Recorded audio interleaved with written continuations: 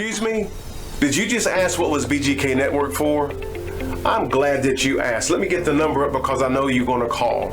So BGK was founded by Michael.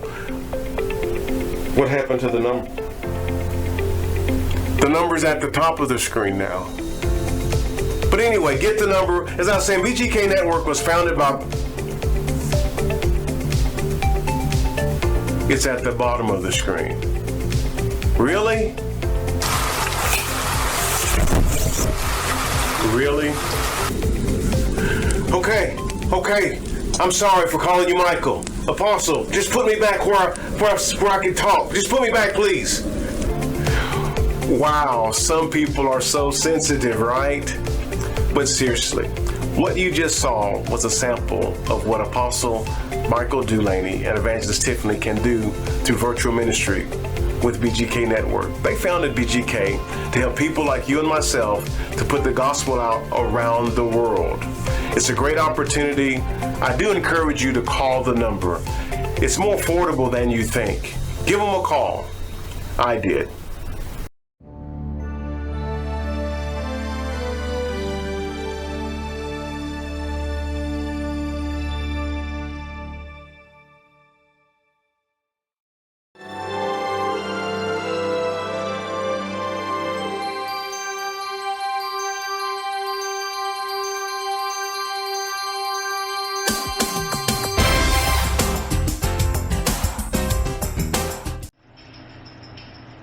Well, hello, and welcome to another edition of Let's Talk About Marriage and the Family. I am so happy and excited when I know that you're out there watching these presentations, that you are saying how much you are enjoying the information that we are presenting to you.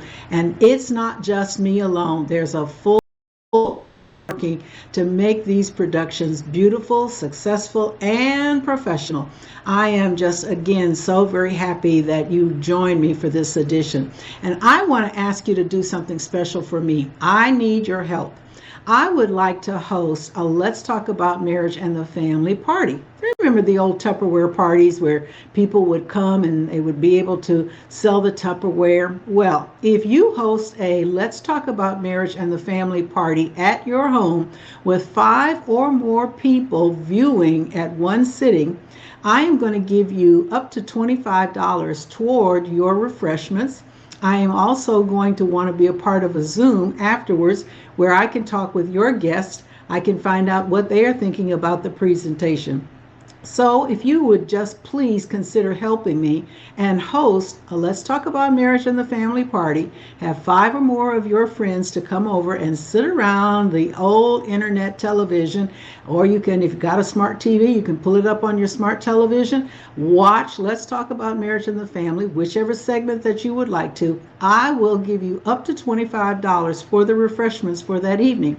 At the conclusion of watching the presentation, tell you what, I am going to come in on a Zoom and we're going to be able to talk with your guests about what they think about the presentation, how they are being affected by it. So give me that telephone call. I would prefer getting the email. So email me at rjjoseph920@gmail.com. That's rjjoseph920@gmail.com. Email me and tell me when you'd like to host the party, and I will make my part of it happen. That's all you have to do, is just get me 5 or more viewers at any one sitting.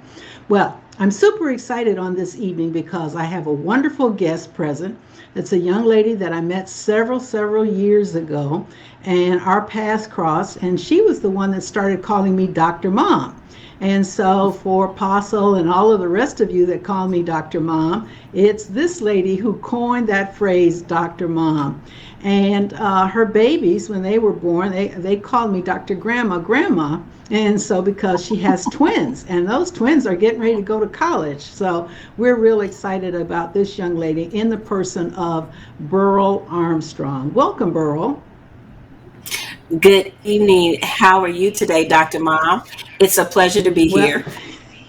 Well, I'm excited to be on your time on this evening, and I do want to apologize.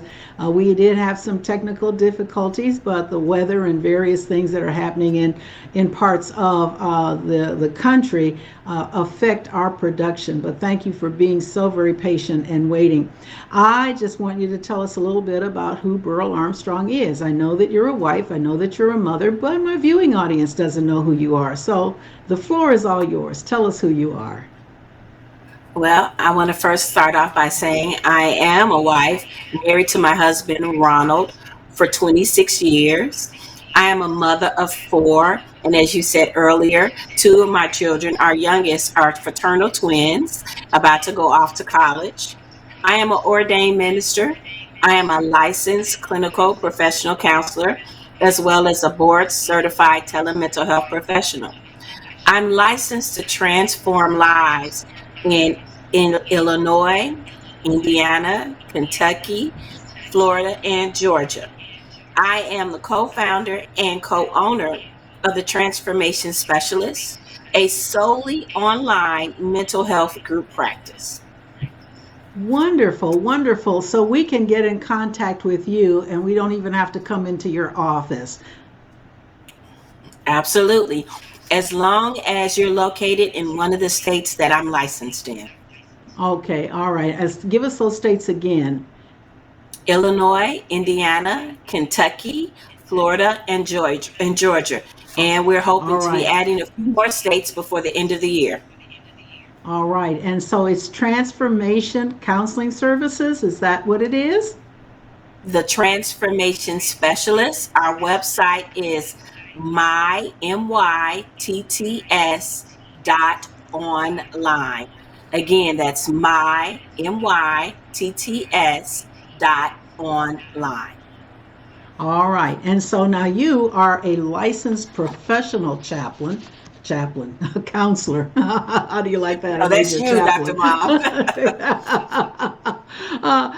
And one of the things that I try to explain to my viewers in a couple of other presentations, the difference between a psychiatrist, a therapist, and a counselor, and what the different roles were. Could you expound on those different roles from the psychiatrist, the therapist, and or the counselor? So, the difference between a psychiatrist and a counselor. So, obviously, a psychiatrist requires more education. They also attend 4 years of medical school and they prescribe medication. So, the focus, as far as their work, is on evaluating. They are more skilled in different levels of assessment, and they do that in order to prescribe the proper medication for whatever the Mm-hmm. diagnosis is that the person may be struggling with. Whereas a counselor, we do not prescribe medication, but we undergird the work of the psychiatrist if that person is seeing a psychiatrist by working on helping them utilize coping skills, work through traumas or unresolved issues of the past in order to bring them to the place where they're functioning from a more holistic perspective.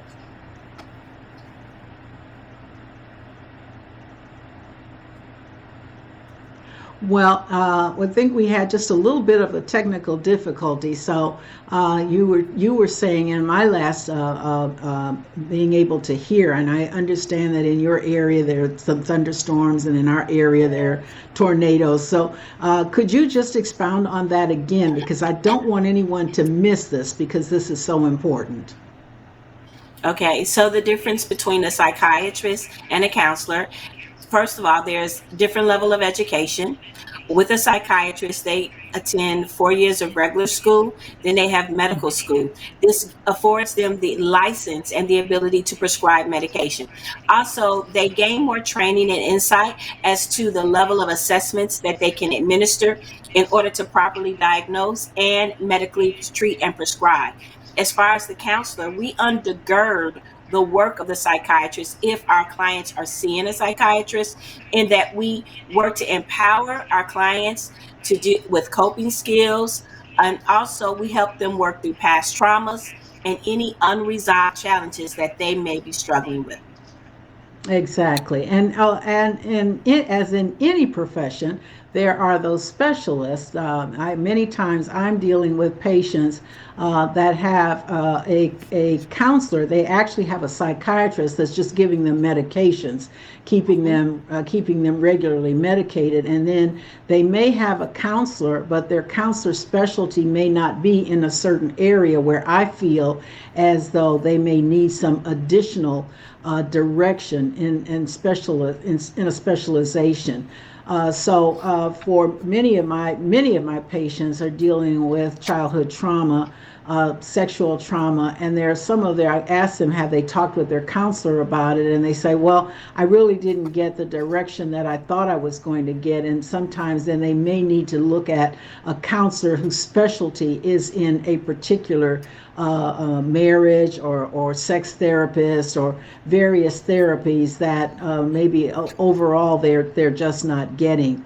So I want to ask you a question because this bothers me. And of course, it bothers me so, especially in the African American community, that what happens in this house stays in this house. So we have been groomed and conditioned not to seek counseling because we're going to let out some family secret, or there's going to be something that is said that shouldn't be said. Give me your opinion about that type of thinking and how it affects your profession. So we're talking about a stigma. So by definition, a stigma is a mark of disgrace associated with a person's quality or characteristic or something of that nature. And so Mm-hmm. unfortunately, for our African American families, and historically speaking, mental health has been a mark of disgrace. And so that's Yes. why a lot of times why they coin that phrase or use it, what happens in our house stays in our house, because they don't want to bring shame or disgrace upon the house. But what this has done is perpetuated a cycle where people will not reach out for the help that they need so that they can be whole, spirit, soul, and body. And so what they feel is that if they go and reach for help, if their family members find out that they're struggling with a mental illness, then that's bringing a mark of disgrace upon their name or their family. And so a lot of times I have clients that I see now that they won't tell their children, they won't tell their parents, they won't tell their siblings for fear of what they may think of them, as a result that they'll think that they are crazy, just Yes. because they're struggling with some things. And so just because you're seeing a counselor doesn't mean that you're crazy, right? But that's the No, no, no. stigma that has been perpetuated Mm-hmm. throughout history, and it's been passed Yes. down from generation to generation, that mark of disgrace of having mental illness. Now that also Yes. has been perpetuated through media, through movie pictures, uh, cartoons, commercials, and everything else. It kind of sends a negative picture of what mental health looks like or should look like, and it further Yes. perpetuates and stigmatizes and hinders people from getting the help that they need. But people are coming to realize that there's some things that Yes. they just can't handle alone, and they need that additional support. And that's all counselors are. We are helpers, here to support, here to walk alongside you as you walk through some of your challenges. Exactly, exactly.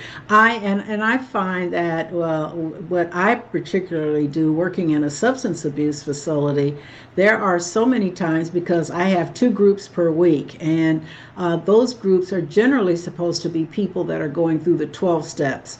But I have had within my groups, as we're processing, as we're talking about alcoholism or substance abuse and how it started and how it escalated. And I have had some of my patients that have come back and said, I've never said this, and we're talking Caucasian patients in many instances. I've never told my wife, and we've been married 30 years, I've never told my wife that I was molested as a child.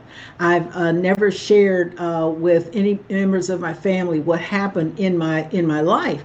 And I think that there are so many people that through the years have looked at counseling and associated that with something as being in a madhouse, in a mental institution where people were so totally unstable. And I think one of the things that happens or happened years and years ago in the South, people are very interested in what family you came from. So when somebody meets someone, they'll say, well, who's your family? Where's your family? And you say, oh, I'm Joseph. Are you the New Orleans Josephs, or are you the Georgia Josephs? Because maybe the Georgia Josephs had somebody that was a little strange in their family, and they wouldn't want their children to be associated with a person that had that type of illness, and not recognizing that that was an illness that, of course, now is being treated. A lot of our mental illnesses are being treated with medications and various forms of therapy. I find that it's so sad and so sorrowful that people will not take advantage of professionals such as yourself. I know of a young lady that is living in Illinois in a particular situation that's just, I think it's traumatic. And of course, you can address that even more. We'll talk a little bit about trauma. What is PTSD? Because now I think the clinical therapists such as yourself are saying that if a person is in an emotional situation for more than 30 days, they're likely to be suffering at the end of that, or if it continues with some form of post-traumatic stress disorder. So this young lady is in a terrible situation, household situation. And I said to her, have you ever thought about going for counseling, professional counseling? Because I think that for the years that you have been dealing with this neighbor in this situation, that it has put some mental and emotional stress on you. And the first response was, I'm not crazy. And so I have gone to counseling. I have dealt with counseling, and I didn't feel as though I was crazy. I mean, I wasn't tied down to any bed or anything. I wasn't screaming at the top of my lungs. I just needed someone to help me process situations and areas of my life that I felt like I wasn't able to handle by myself. Tell me, If I can do you tell interject, if people I what can to do? interject, Okay. Okay. so let me interject on that. So just based on your description that you gave, tied down, screaming to the top of my lungs, that is the picture that a lot of people have in their mind when you mention you need Mm-hmm. counseling. But that is an extreme situation when Yes. you're not Mm-hmm. in control of your thoughts, your body, your faculties, when you are not in a place that you are in the present and aware of current circumstances that's going on around you. But for people who struggle with depression and anxiety, those are people who struggle and suffer silently, but they're not the ones that's tied down to the bed and screaming to the top of their voice. They're the ones that are in their room, in the behind closed doors, crying and weeping and feeling sad, struggling with hopelessness, struggling with whether they should live or die, or struggling with anxiety where they're restless and they can't sleep, maybe even having panic like symptoms. Those and that's not crazy. Those are people who are just struggling, with some unresolved things. And sometimes, mental illness is hereditary.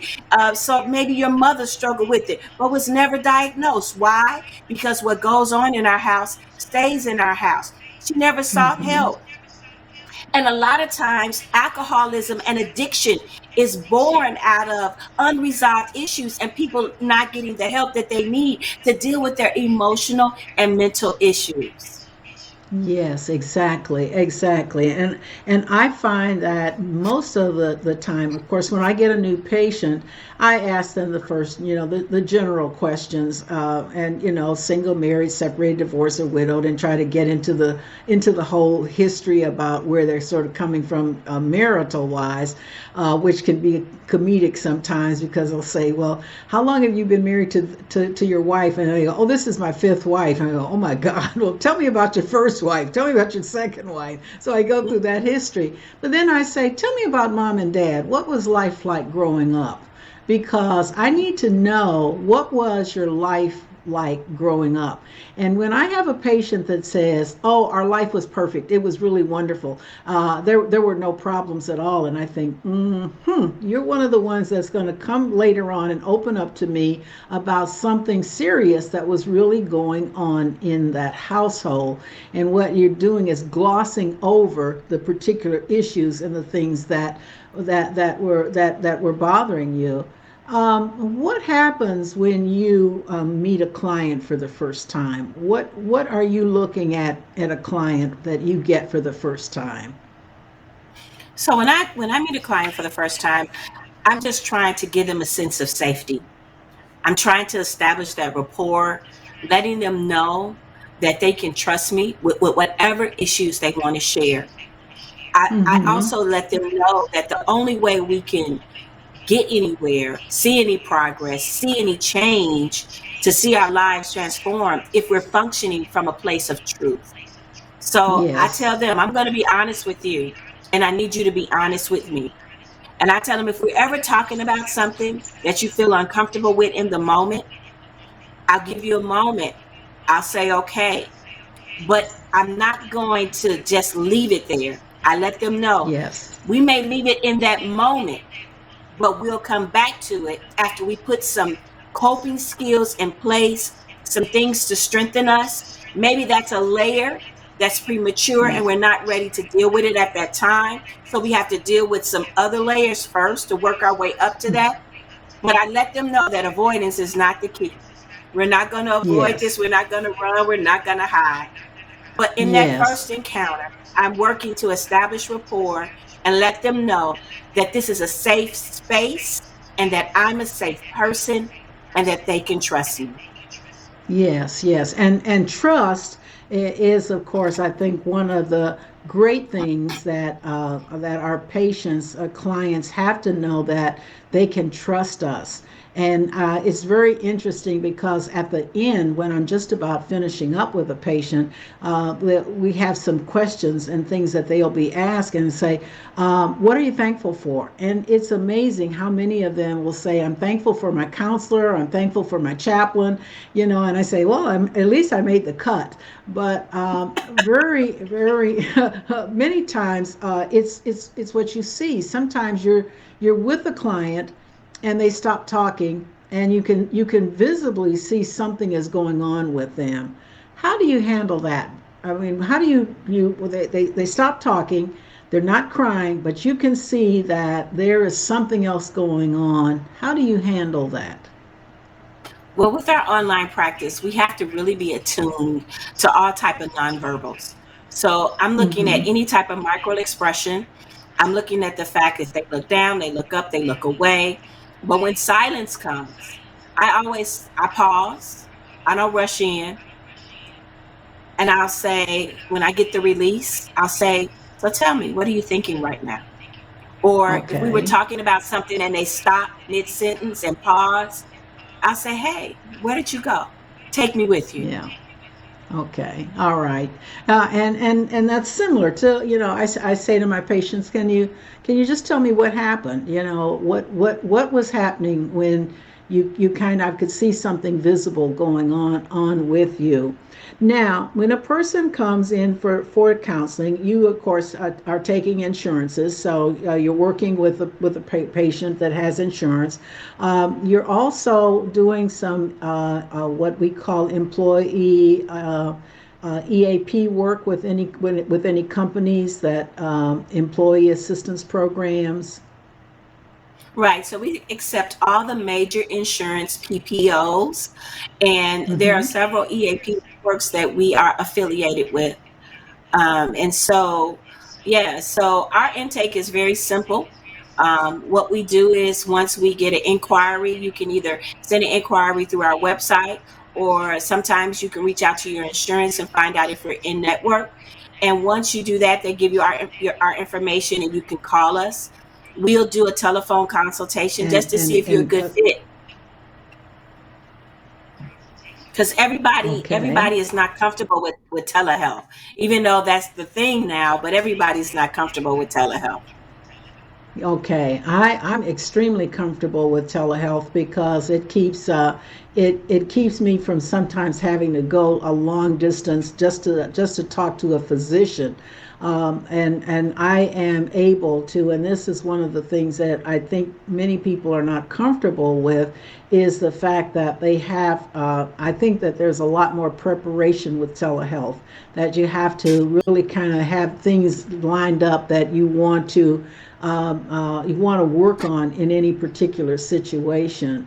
So, this is very, very interesting. Again, I want you to give us the name of your particular practice and give us your website, because we're going to have to say goodbye. But you're coming back for another session, is that right? Absolutely. So Okay. I'm hailing from the transformation specialist. Our website is mytts.online. Again, that's mytts.online.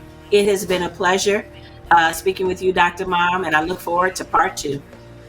Well, we're going to have some other questions about part two, about how you envelop your Christian ministry into your practice, and I think that that's going to be very, very interesting for those of our viewers. Thank you once again. Look to see you on the other side. All I'm right, Dr. God Ramona bless. Joseph, and I'm just so very happy that you joined me for this edition of Let's Talk About Marriage and the Family. Now, one of the things I asked you at the beginning was to make certain that you host a Let's Talk About Marriage and the Family party, 5 or more of your friends, to watch one of my presentations. I'll be on the Zoom to come in and talk to your guests, but I'm going to give you up to $25 for refreshments. So keep me in mind. Why not email me and tell me I'm interested in hosting a party? That's rjjoseph920@gmail.com. I look forward to talking with you again.